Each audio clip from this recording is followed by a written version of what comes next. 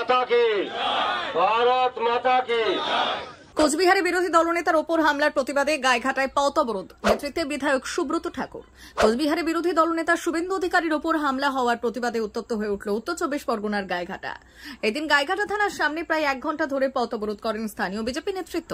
রাজ্যের বিরোধী নেতার ওপর বর্বরোচিত আক্রমণ ঘটেছে বলে অভিযোগ তুলে বিক্ষোভের নেতৃত্ব দিয়েছেন গাইঘাটা বিধানসভার বিধায়ক সুব্রত ঠাকুর। পথ অবরোধের জেরে ঝিরিঝিরি বৃষ্টির মধ্যে নাজেহাল হন পথ চলতি সাধারণ মানুষ। একাধিক যাত্রীবাহী বাস, অটো, টোটো এবং বাইক আটকে পড়ে রাস্তায়। যান চলাচল দীর্ঘক্ষণ ব্যাহত হয়। যাত্রীদের অনেকেই অভিযোগ করেন কোনো বিকল্প ব্যবস্থাও ছিল না, ফলে কাজ কিংবা গন্তব্যে পৌঁছতে দেরি হয়েছে। অবরোধ স্থলে উপস্থিত ছিলেন গাইঘাটা বিধায়ক ছাড়াও গোবরডাঙ্গা শহর বিজেপির মণ্ডল সভাপতি আশিস ব্যানার্জি, বনগাঁ সাংগঠনিক জেলার স্বাস্থ্য সেলের কনভেনর দেবব্রত ঘোষ, গাইঘাটা গ্রামীণ মণ্ডল সভাপতি শৈলেন সরকার, সম্পাদিকা শ্রাবন্তী ভঞ্জ, গাইঘাটা মণ্ডল 2 এর সভাপতি দেবেন্দু মণ্ডল সহ বিজেপির একাধিক নেতা ও কর্মী।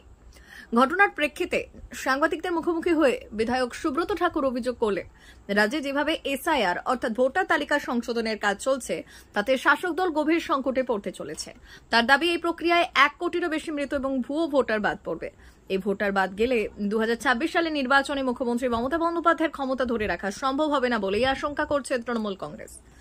উদয়ন গুহের নেতৃত্বে যে উত্তরবঙ্গ মন্ত্রী পশ্চিমবঙ্গের, যে উদয়ন গুহের নেতৃত্বে লুঙ্গি বাহিনী, যারা ওপার বাংলা থেকে অনুপ্রবেশকারী মুসলিম এবং রোহিঙ্গাদের সঙ্গে নিয়ে এবং তৃণমূলের হারমাত বাহিনী সঙ্গে নিয়ে দাও, হাসুয়া এবং বাঁশ দিয়ে যে বর্বরোচিত আক্রমণ, লিডার অব অপোজিশন বিরোধী দলনেতা তাকে প্রাণে মারার জন্য যে আক্রমণ হয়েছে, সেই আক্রমণের বিরুদ্ধে আমরা আজকে পশ্চিমবঙ্গ জুড়ে ভারতীয় জনতা পার্টির নেতৃত্বে প্রত্যেকটা ব্লকে, প্রত্যেকটা বিধানসভায় আমরা বিক্ষোভ এবং পথ অবরোধ কর্মসূচি পালন করছি। সবাইকে ভারতীয় জনতা পার্টির এবং সমস্ত হিন্দু যে ঐক্য, সেই ঐক্যটা তৈরি করছেন, এটা মমতা ব্যানার্জির চক্ষুশীল, কারণ ওনার যে ভোট আছে সেই ভোট ব্যাংকে টান পড়ছে। বিধায়কের বক্তব্য অনুযায়ী এই আশঙ্কা থেকেই বিরোধী দলনেতার উপরে পরিকল্পিতভাবে হামলা চালানো হয়েছে এবং এই হামলায় রাজ্যে তৃণমূল আশ্রিত রোহিঙ্গা গোষ্ঠী যুক্ত বলে দাবি করেছেন তিনি। যদিও এই বক্তব্য নিয়ে রাজনৈতিক মহলে শুরু হয়েছে বিতর্ক। অন্যদিকে পথ অবরোধের প্রতিবাদে কড়া প্রতিক্রিয়া জানিয়েছেন গাইঘাটা পশ্চিম ব্লকের আইএনটিটিইউসির সভাপতি অধীর দাস। তার বক্তব্য, গাইঘাটার বিস্তীর্ণ এলাকা জলমগ্ন অবস্থায় রয়েছে, কিন্তু এই পরিস্থিতিতে বিধায়ককে এলাকায় দেখা যায় না, অথচ আজ তিনি রাস্তায় নেমে সাধারণ মানুষকে অবরোধ করে দুর্ভোগের মুখে ঠেলে দিলেন।